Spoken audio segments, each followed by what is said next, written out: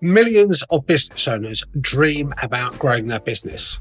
Are you one of those millions of businesses that has aspirations, has ambition, and has dreams to grow your business beyond where you are at the moment? If so, join the club. You are in good company. The important thing is, though, how do we go about growing our business the way we wish it to be? Well, in this video, I'm going to share tips with you as to how you go about growing your business. This is based on over 28 years of experience as a business finance coach, an accountant and tax advisor, has helped thousands of businesses grow their businesses as they wish to.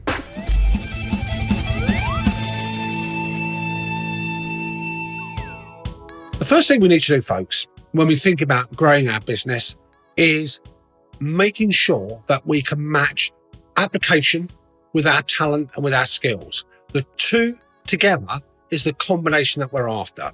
Talent in its own right will get you nowhere. However brilliant you are as an accountant, as a consultant, as a manufacturer, as a retailer, as an arts organisation, that means absolutely nothing unless you're prepared to back that up with application and hard work. You think about any discipline that you associate with, that you admire, whether it's in the field of sport, you think basketball, you think Michael Jordan, you think LeBron. You think music, you can think Kanye West, you can think Marvin Gaye, you can think the Supremes, you can think whatever talent you have in the musical world, any actor that you admire, they would not have got to where they did unless they were prepared to put in that hard work. Even in the world of business, from the likes of Amazon and Google, whatever one thinks about them, hard work went behind the scenes consistently to grow from an idea back in that skill set, back in that talent to make it to something. If you're not prepared to put in the yards, if you're not prepared to put in the sweat to get that equity, then you will not achieve the growth that you aspire to.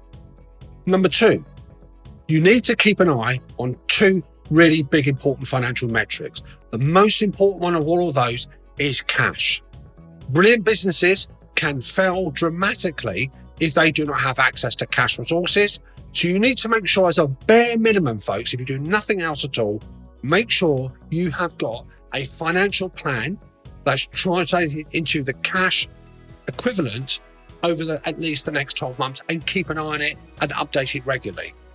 Access to cash will help you pay suppliers, invest in infrastructure, engage staff, pay yourself, pay your suppliers on time, all those things that need to happen if you're to continue. The moment you run out of cash, you quickly go and burn through that cash pile that you've got, end of the road, close the lights as you leave the building.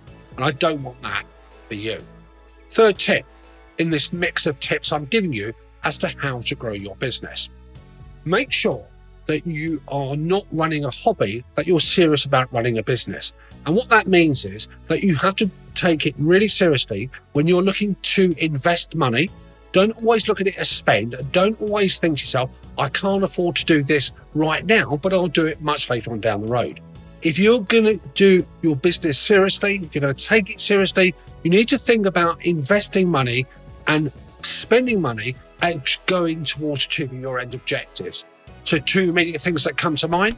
All businesses need a good digital accounting system in place to actually tell you what's going on, keep on top of your compliances, tell you what level of profitability you're making on products, on projects and everything else. To communicate, you need good CRM systems. You need good systems to communicate with your clients, your suppliers and everybody else. So those two things is a bare minimum. That's just two examples. You need to make sure you've got good, adequate resources in freelancers, in staff. Do not try and do everything by yourself. You can get in the way of your own growth. You need to make sure you've surrounded yourself by good people. You need to invest that money in that capacity now, not later on, okay, when things are too late. So make sure you've got the infrastructure, make sure you've got the capacity, make sure you invest that money, and don't always look at it as a negative. That is a good way to advance to your end goal, to your end objective. Any more tips to share? There are some more to share with you. Make sure you have a plan. Now, for me, you can have a goal and you've got to have some idea what that future looks like for you, articulate what that looks like. But unless you have a plan that says, how am I going to get there, then it's not going to happen. All that's going to happen is you're going to be going round and round in circles, spending a lot of time doing things that may not be as productive as you would like them to be, because you don't actually know what you should be doing to advance yourself to your ultimate end objective and prosperity. So make sure you have a plan in place. Make sure you have something there that's executable and that you're monitoring and keeping an eye on. Other tips to share. Rewarding yourself monetarily, financially, is obviously a key thing you have to do in business. You need to make sure that money or making profits is seen as a primary, not the only one, but a primary financial goal. Now, what that means is, quite justifiably, you might feel that you want to compensate yourself, reward yourself. If the business makes money, you have to enjoy all of that for yourself. That's the wrong way of looking at it.